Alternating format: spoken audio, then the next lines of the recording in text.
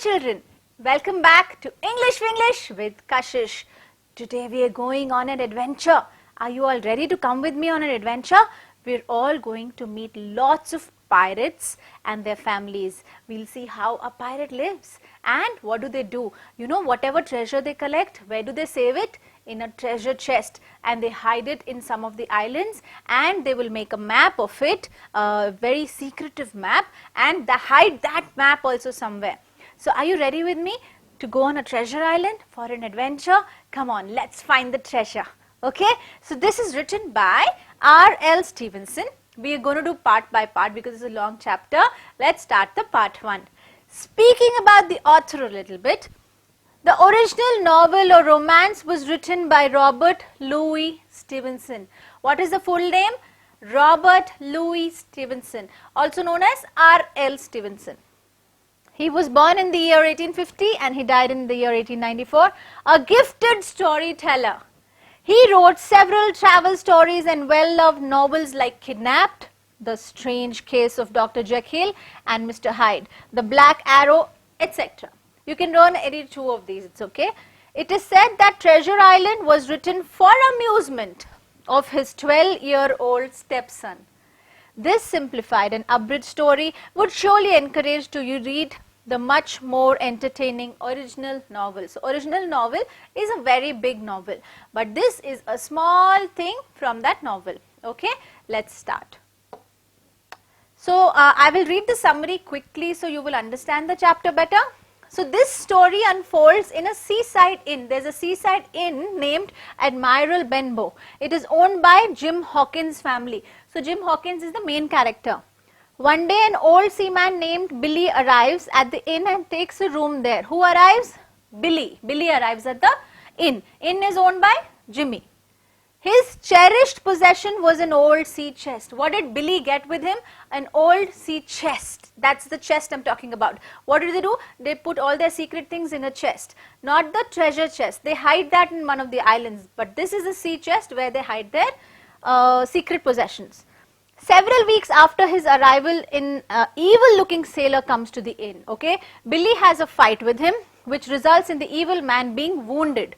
He runs away, and Billy falls exhausted on the floor. He suffers a fatal seizure. So Billy dies, and that man goes away. Who goes away? Evil man goes away. Now Jimmy's father is also not feeling well. Jimmy and his mother go through his cherished chest and discover a treasure map. Jim's mother took only the money that Billy owed him. Jim shows it to Squire Trelawney and Dr. Livesey. Now these are two more characters that come in then. They plan a voyage to the island where the treasure is hidden. The Squire travels to Bristol where he purchases a ship which is named the Hispaniola. He hires a sea captain and staffs it with sailors recommended by the one-legged cook, Long John Silver. Now Long John Silver is a cook, he also comes in the ship with them. So all of them have just rented a ship called Hispaniola, and they all are going to find the treasure chest. When they sail towards the treasure island, Jim inadvertently overhears a conversation among Silver and some of the crew members. So who's Silver? The cook. So the one-legged cook and the others were talking about something. So Jim hears that, okay. They were planning a mutiny, a contract between them. They had also been on the ship that had carried the treasure that Jim and his friends were seeking. They knew where the treasure was. Jim relates all he has heard to his friends. So he goes and tells his friends everything. When they reach the island, fighting breaks out amongst the two groups. Jim hides on the island, and over there he meets Ben Gunn. He meets Ben Gunn on the island. Now who's Ben Gunn? He was another ex-crew member who had been marooned on that island 3 years back. So 3 years back, that treasure chest was hidden in that island. So at that island only, Ben Gunn also was left there. He was abandoned. He was just left there and everyone went off. Okay, they became friends as Ben Gunn agreed to help Jim. In the meantime, Trelawney and Livesey, along with the loyal crew members, row ashore. They also came here. They find a stockade which they take for themselves. Long John Silver tries to negotiate with them, but to no avail. Jim steals off to the ship and cuts the rope, seeing it adrift. Jim runs, cuts the rope of the ship, and he sails away. When he returns to the stockade, he finds that his friends have given the map to the pirates. The map has been given to the pirates. The next day, when the pirates go to the spot where the treasure is hidden, they find that it is gone. Who took it? Jim. This angers the pirates and they attacked Silver and Jim, but the squire and doctors save them. Okay. Then they go to Gun's cave to recover the hidden treasure. Silver surrenders to them. So that's the whole story. We are going to read the story in detail, but you got the idea about Jim, right? Jim is the owner of the inn. Who comes in? Billy comes in. Now Billy leaves the sea chest in which he finds the map to the treasure. They all go for the treasure hunt. And who gets it? How it happens? The entire story we'll see now. So children, the main characters, I've jotted it down. These are the main characters of the story. Jim Hawkins, Billy Bones, Dr. Livesey, Squire Trelawney, Long John Silver, Ben Gunn and Captain Smollett. These are all the main characters. Okay, let's start the story. So Jim Hawkins' father and mother kept the Admiral Benbow Inn, which was the only building in a lonely cove in the west of England. In west of England, there was a very small bay, corner of the beach. On that, there was an inn.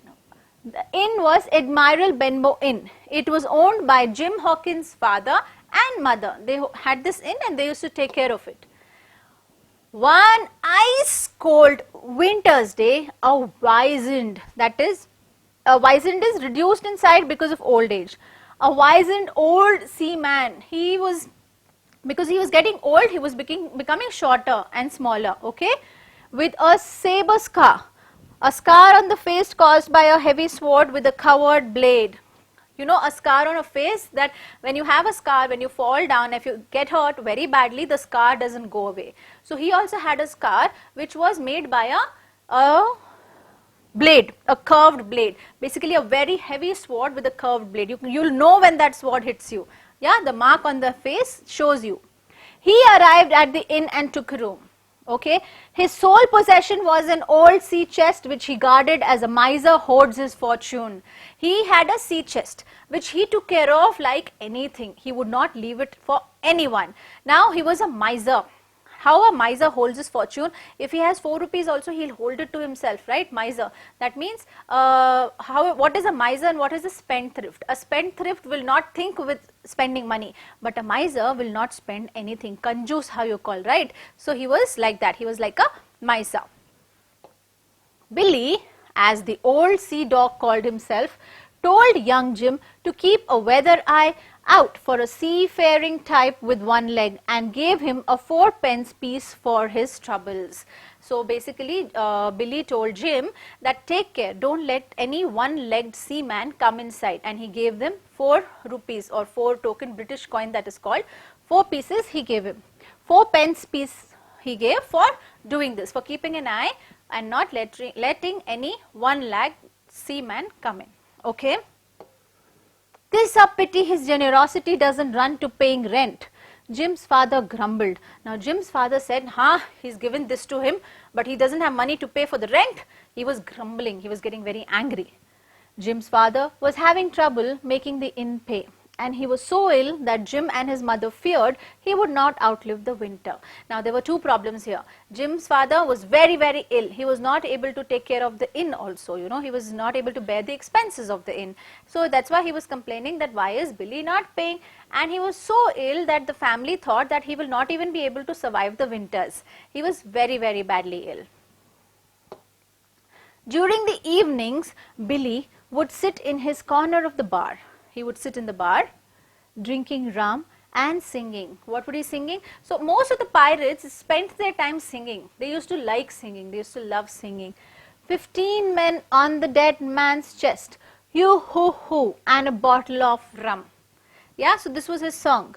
While daytime would find him on the rocks, looking nervously out to the sea. So in the night he was at the bar, during the daytime he was at the sea, and both the times he would be singing this song, 15 men on the dead man's chest, you hoo hoo, and a bottle of rum.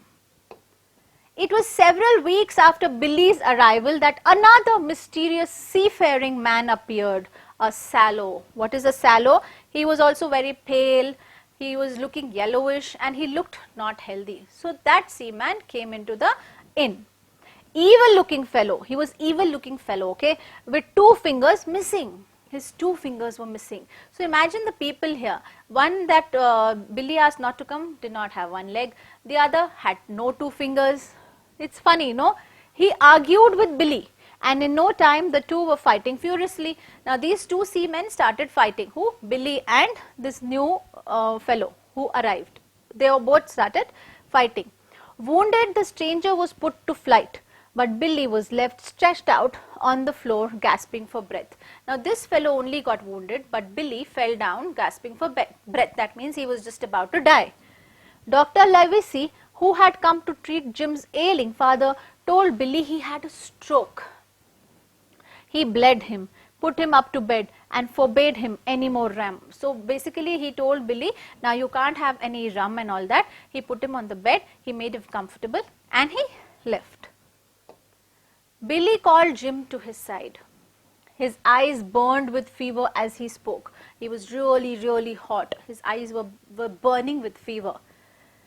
I must shift before the lubbers get to me and gives me the black spot. Now, awkward or clumsy fellow. These lubbers are the pirates which are very awkward. They come and give the black spot. They summon them. Okay, they remove them from pirates. Mystified, Jim asked him to explain. What are you talking about? Can you explain it to me, please? Billy said that the black spot was a pirate summons.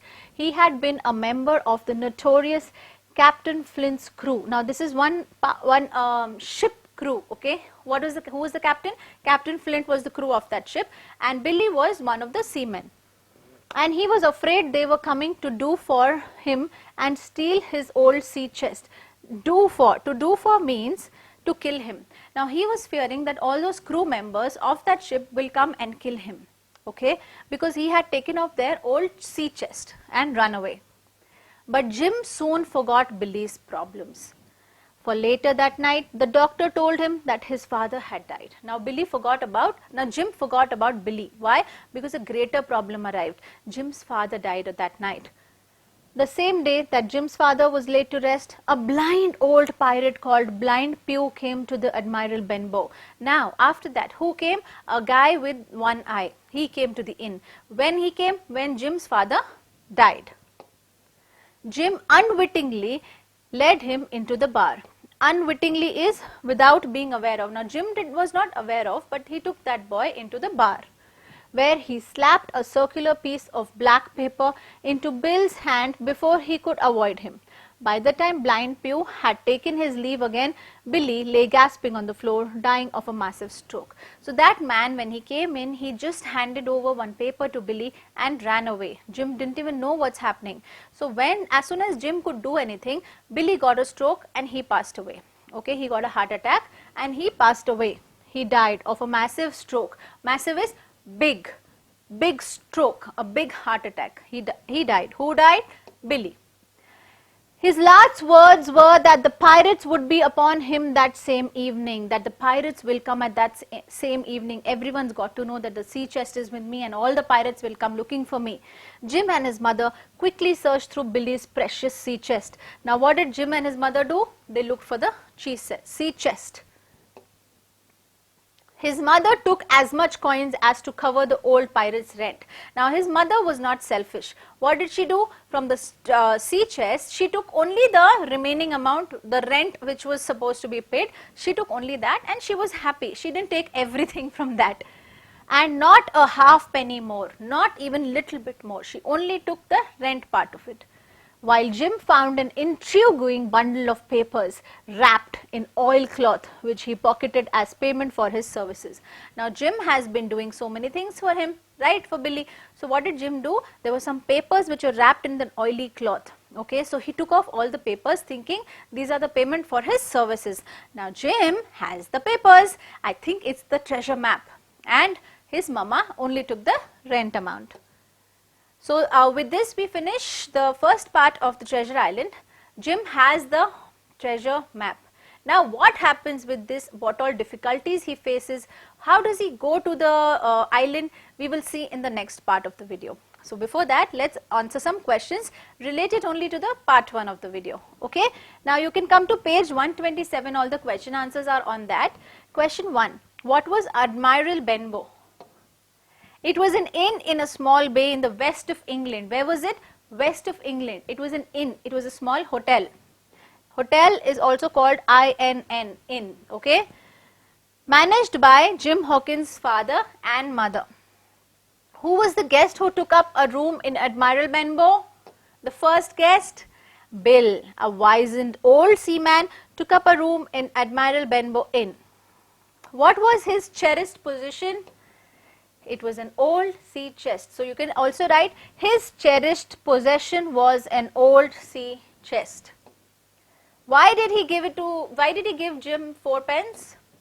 He told young Jim to be on the lookout for a seafaring type of man with one leg.